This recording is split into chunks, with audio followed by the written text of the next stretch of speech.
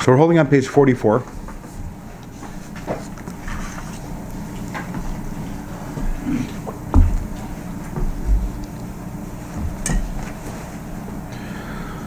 So last week we were talking about how when a person does a mitzvah, so the feeling with which the person does the mitzvah, the ahava and the yira, the love for Hashem and the awe for Hashem, they become the wings, and they allow the mitzvah to fly up to the heavens. If you look in Kabbalah, in the Sefirot Kabbalah, they're a little more specific about what this means. I don't know if we ever discussed the four worlds, the four spiritual worlds. Atzilus, Bria, Yetzira, and Asiya. But for those who have any familiarity at all with Kabbalah, we know that there's something called Seder HaYishtalshelus, which means that it's a chain of spiritual worlds emanating from Hashem, culminating with our world down here, our world being the final and the last and the lowest rung on this chain, lowest link in the chain. And generally speaking, Kabbalah talks about four worlds, four spiritual worlds. Atzilus is the highest spiritual world, and then you have Yetzira, and then Bria, and then Olam HaAsiya, the world of Asiya.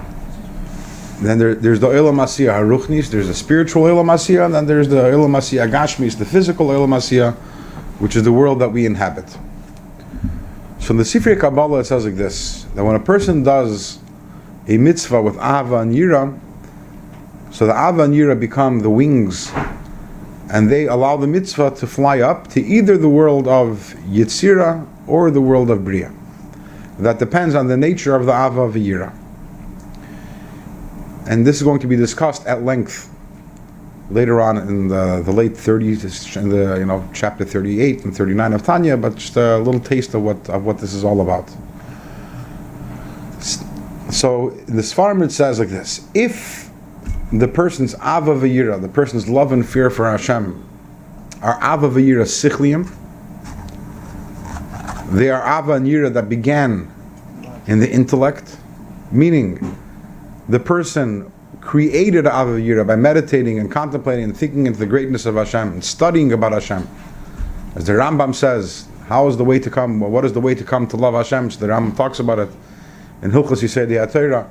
When a person looks around and sees all of creation and thinks about Hashem and Hashem's greatness of having created everything, and then the person thinks about the Maisa HaMarkava, which is even higher, thinks about all the Malachim, which is really the process that we actually try to do every single day in davening. The whole point of Psuki de Zimra and the Birchas Krishma is to, if a person is having kavanah and thinking about what he's saying and thinking about the greatness of Hashem, with the creator of everything, that brings the person to the point that when he says V'ahavtas Hashem Elokecha by Krishma, he's holding by V'ahavtas Hashem Elokecha, Itaka has a love for Hashem.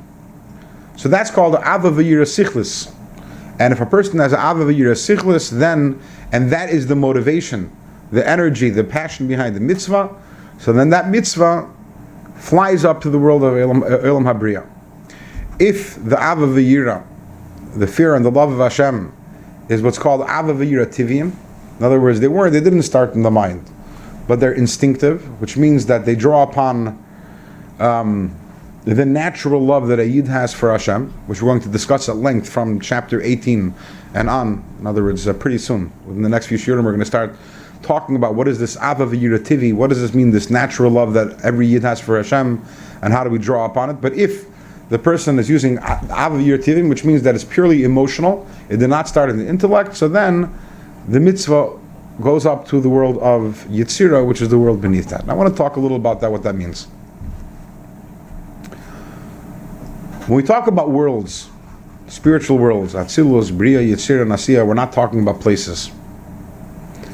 It's not pshat that one day NASA will be able to make a spaceship that is so powerful that it'll be able to get us to Olam HaBriya, and then maybe afterwards After they land some people on Mars, they'll even get us that we can go to Elam HaYitzira also. These aren't places. It's not, they're not rungs in a physical ladder, because, as we mentioned in the past, spiritual entities are not three-dimensional, and they don't take up any space. They're here, they're everywhere. They're everywhere and nowhere at the same time. Nowhere in the sense of they don't occupy place like a physical object, but they're everywhere. So when we talk about these worlds, what are we talking about? When we talk about levels, gradations, one thing being higher than the other, one madrig in Kedusha which is higher, or a world which is higher, that's what we're talking about. We're talking about levels of Kedusha. Atzilus is a higher level of Kedusha than is Bria, and Bria is a higher level of Kedusha than is Yitzira, and Yitzira is a higher level of Kedusha than is Asiya. I'm sorry, I'm not familiar at all with these four worlds. Did the Rabbi explain them? No, that's what we're going to be talking about today. Because I have no idea what they are. In Kabbalah, for right now, all you need to know is that in Kabbalah it talks about, generally speaking, there are four spiritual worlds. And their levels. The highest level is the world of Atzilus, and then you have Bria, Yitzira, and Asiya, and then you have our world. But we're not talking about locations or places. We're talking about Madrigas and Kedusha, meaning that you can have a person who's alive over here and walking in this world, but that person is really in Atzilus. You can have another person who's inhabiting this world, but he's in Elam HaBria, meaning that this person has achieved the level of Atzilus, that level of Kedusha. And what is Kedusha? I know this is asking the obvious, but those of you who were here when we learned Perek Dalet in Tanya and Perek Hey in Tanya, maybe some of you remember, what is the definition of Kedusha? The definition of Kedusha is Bittul to Hashem. Bittul, Hismatlos. Less ego, more Kedusha. More ego, less Kedusha. The more I feel myself and my identity, the less connection I have to Hashem. Because you realize, when we're talking about levels, everything is like a one-way glass. It's like in some shows they have a mechitza with one-way glass.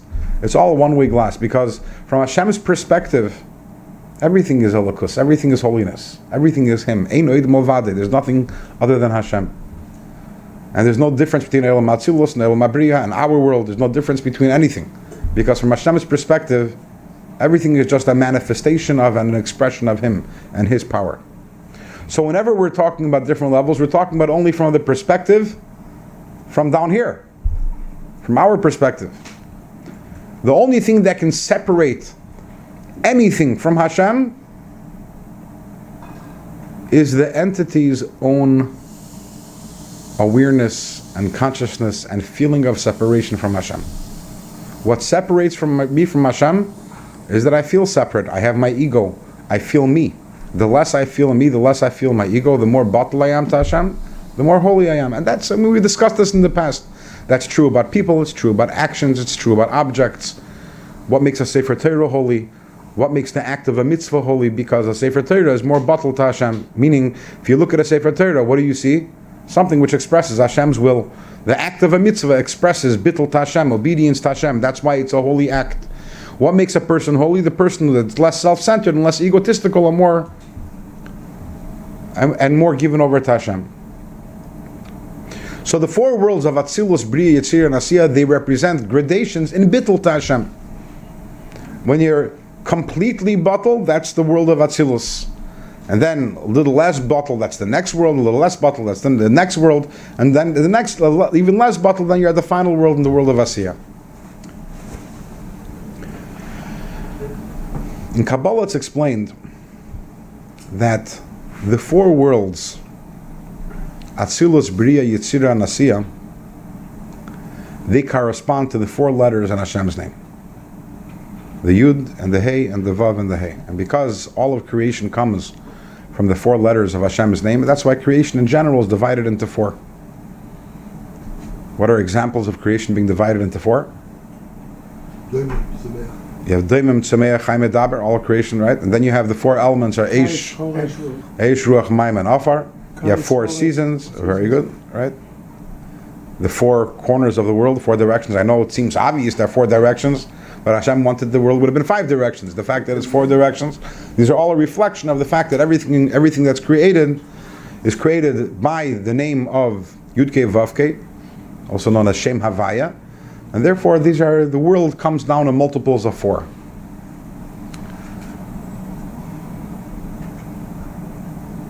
Now, the 4 letters of Hashem's name, the Yud and the Hey and the Vav and the Hey. It's a shame we don't have a blackboard over here or a whiteboard to put all these things together. They correspond to the 10 spheres. And the 10 spheres we did talk about. The 10 spheres, the 10 koiches, Chachma, Bina, Das, Chesed, Gvura, Teferes, etc. And the Kabbalah says like this. The letter Yud of Hashem's name represents Chachma. The Hey represents Bina. Now, I'm going to go back over this and we're going to expand on this a bit. So again, the Hey represents Bina. The Vav of Hashem's name is the 6 Midos, Chesed, Gevura, Teferes, Netzach, Chod, and Yesod. And the final Hey is Malchus. So again, the Yud is Chachma. What is Chachma? What is wisdom? As we spoke about in the past in Perik Beis and Tanya, wisdom is bittul. In fact, the word Chachma is made up of the words Koyach Ma. The Koyach of Ma, what is this? What is it's bittul, without an identity. So Chachma is absolute bittul. The Hey is Bina. Bina represents comprehension. When I comprehend something, the bittul that I'm feeling is much less than Chachma. Chachma is when I'm totally receptive. I'm receiving something from someone else. I am being bittul. So therefore, Bina is not as bittul as is Chachma. It's a level down. The Yud is the highest level. The Hey is a level down. There's more yeshus, what we call. There's more ego in Bina than there is in Chachma. Bina is comprehension, and Chachma is a definition of bittul. Why is Chachma the definition of bittul? Why is the definition of Chachma bittul? Because if Bina is comprehension, Chachma is reception. I don't. It's being mekabel. I don't want to go into this too long. This is a topic all for itself. Chachma and Bina is like Re'iyah and Shmiya. Re'iyah, when I see something, it is being revealed to me. Shmiya, when I have to understand something, I have to grasp it. That's my comprehension, my understanding. So Bina is where I take over. Chachma is what I hear from someone else, what I'm mekabel. It's my bittul. It could be something I'm mekabel even from very deep place within myself. But it's not about my conscious koyach of comprehension and cognition. What about Das? We're not counting Das. That's the final product, isn't it? Das is not an entity for itself. Das is the key that allows the Bina to become expressed in Midas. Das is connection. Das is when I'm connecting to that which I understand, and that allows me then to have feelings.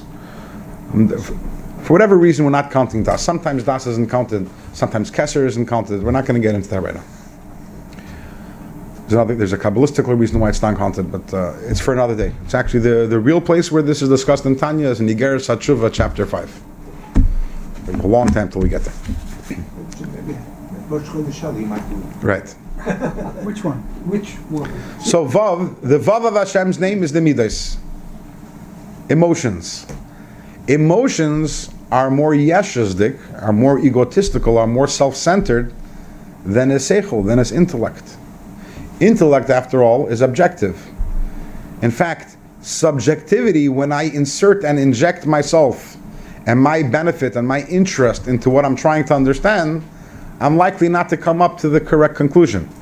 The purest seichel, the purest intellect, is the more I can push myself to the side, and the more I can look with a complete disinterest and with a total objectivity.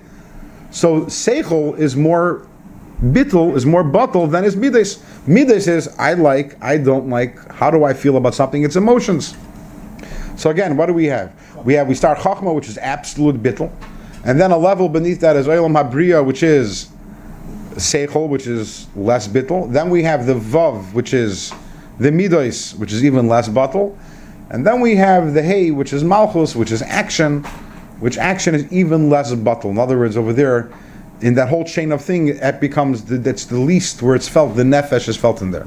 I don't want to focus too much on Malchus now, because that'll be a little of a distraction. But the point is, we have here the four worlds correspond to the Yud, the Hey, the Vav, and the Hey, and they correspond also to Chachma, Bina, Midos, Malchus. So that means, in Olam Atzilus, the highest world, what makes it the highest world? The fact that there's absolute bittul over there.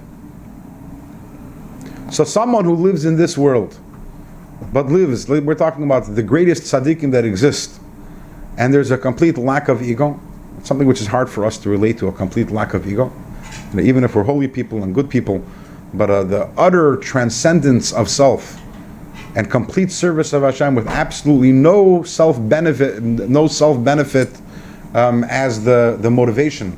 That's the avodah of the greatest tzaddikim that ever existed. Moshe Rabbeinu. There we go. Exactly right. Moshe Rabbeinu was a neshama straight from Atzilus. In fact, that's why he was called Moshe. Moshe means he was pulled out from the water. The water represents the hidden realms. He was hidden. He was directly from the hidden realms. And as he was pulled out of the water as is and put into this world, straight from Atzilus. In fact, and Chassidus explained that's why Moshe had a speech impediment. Speech is the idea of communication. Moshe had an issue communicating with everyone else because his neshama was such an incredibly high neshama that his spiritual difficulty to communicate with us expressed itself also physically in his physical speech impediment. All those that were born with the light, are they all from Atzilus? All those who were born, sorry? You know, like it says, Moshe Rabbeinu was born with light. So are all those from Atzilus? There are other people also, it says that about them, by Moshe? Yes, it says others, sure. I don't know. I don't... There's a whole bunch of... Really? Yeah. It's possible. I don't know.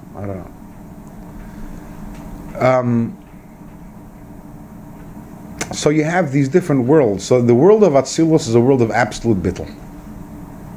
That's where the Yud of Hashem's name is revealed. The next world, which is the world of Bria, again we're using the word world, but this is the next Madrega in Kedusha, the next Madrega in holiness, is the Madrega of Bina. That's where Hashem's Bina is manifest. And by the way, that is known as Olam HaBriya. It's also known as Gan Eden HaElyon, the higher level of Gan Eden. And what happens, what defines Olam HaBriya is Seichel.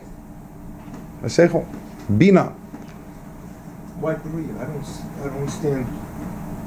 When you translate Bria to Bina, what's the shaykh? Okay, the truth is we can really give 5 classes on this. So to stop and I'll answer this question, but I just want to point out that the reason why is, what does Bria mean? What does creation mean? What does it mean that something is created? Everything is dach einod milvadei. Creation means the moment that something receives an identity, it is a creation.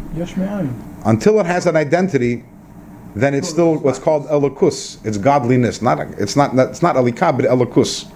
Atzilus is elokus because it's chachma, it's bittul.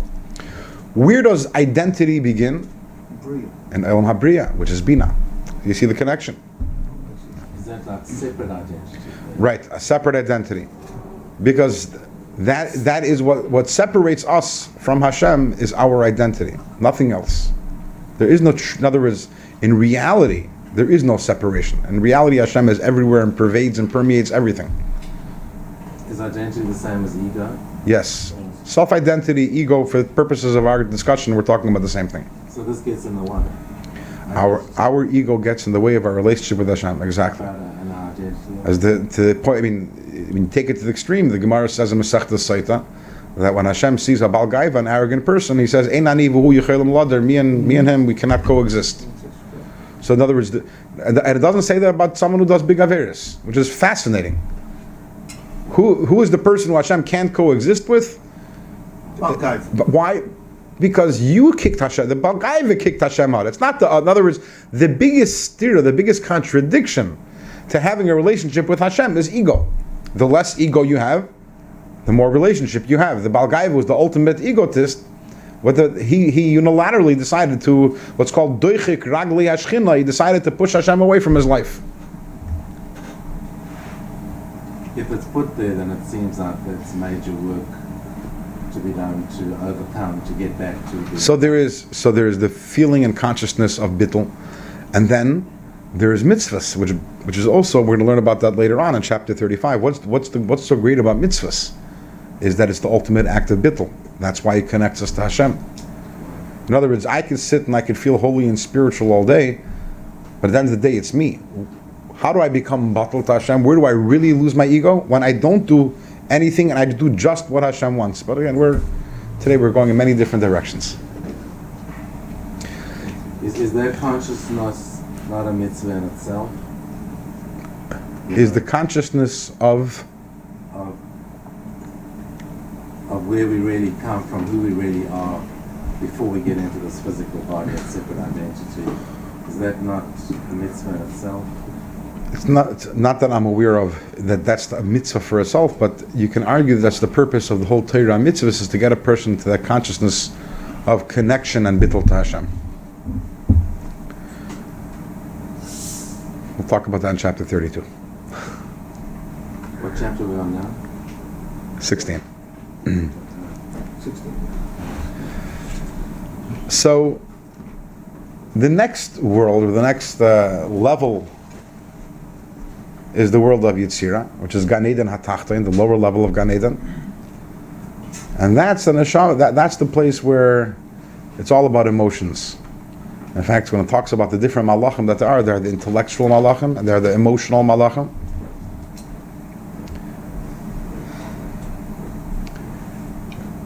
The Eifanim and the Chayes HaKodesh, they're the emotional malachim. That's why they're Berash Gadol. That's why they are busy making a tumul. Emotional people are people who make tumults.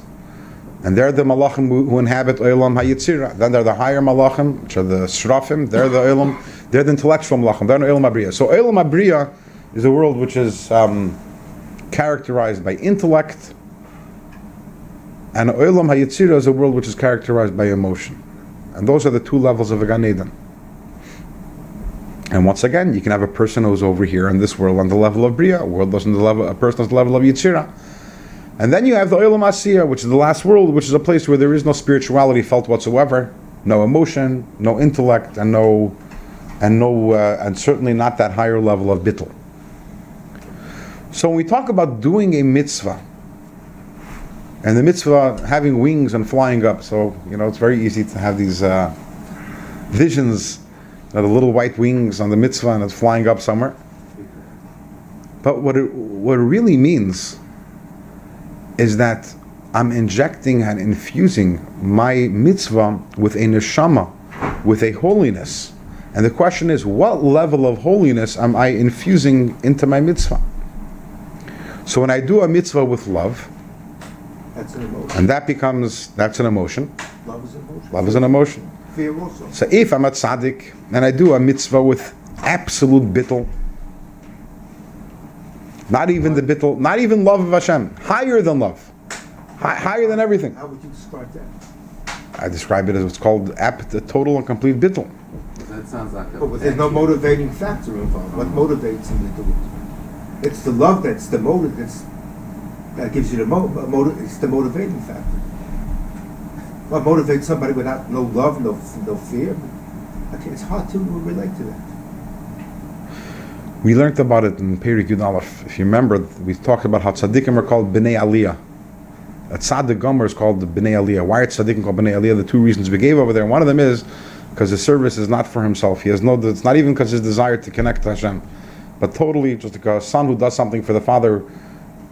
There is no why am I doing it? It's because this is my father. And I concede to you that it's very difficult for people on our level to be able to relate to that. But that is a level of a tzaddik which again is beyond what we can fathom. But there are those who have reached such a level of bittul, such a level of abnegation of their own ego, that it's all about Hashem. The joy that they take, the pleasure they take, is in Hashem's joy and Hashem's pleasure. But I just want to. But that in itself is love, isn't it? Absolutely. It depends how you define love. Depends how you define love. Maybe you don't aspire to it, you don't even motivate it, you just are it. Yes.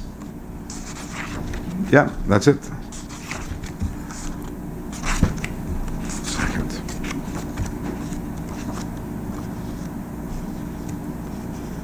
I mean, a child at a certain age wouldn't think of going against the parent.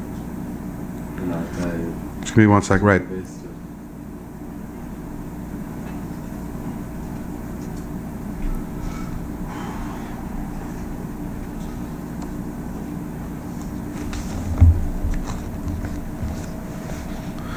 On Perek Nun Gimel, when the Alter Rebbe talks over there, in this Perek, the Alter Rebbe actually talks about the different levels of the service of tzaddikim.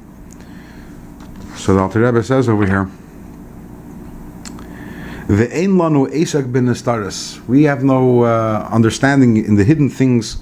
Shem tzaddikim hagdolim, the avodah of these great tzaddikim, shehem bebechinas merkava, that they're an absolute bottle to Hashem, like a merkava, like a wagon, like a chariot is bottled to its rider.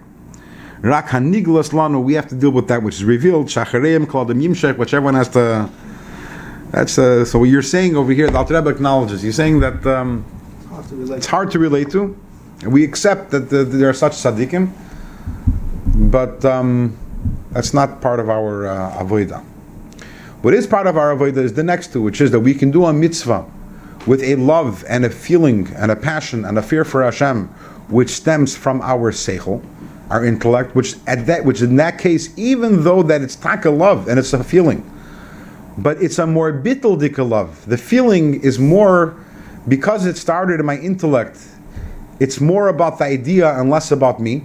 In other words, something which begins in the emotions, about how I feel and what I like, there the yeshus is very strong, as opposed to something which starts in the mind, so it's therefore still influenced by the mind and by the bittul of the mind. So therefore, if I do a mitzvah, and the mitzvah needs a neshama, the neshama is the love. But if that love originated in the mind, so then that mitzvah now is on the level of bittul to Hashem of Olam Abriya. That's the madrega of kedusha of the mitzvah which I just did. If I do a mitzvah and I do it with a love for Hashem, but the love for Hashem is ha'ava tivis, it's the natural love, the love which did not originate in the mind. So then, by definition, that mitzvah again, I definitely brought it up to a level of kedusha, but then bring only to the level of Elam HaYetzirah, which is that's the level of the midos of Hashem, which is less bittul over there. This is all an introduction to what we're going to learn inside right now.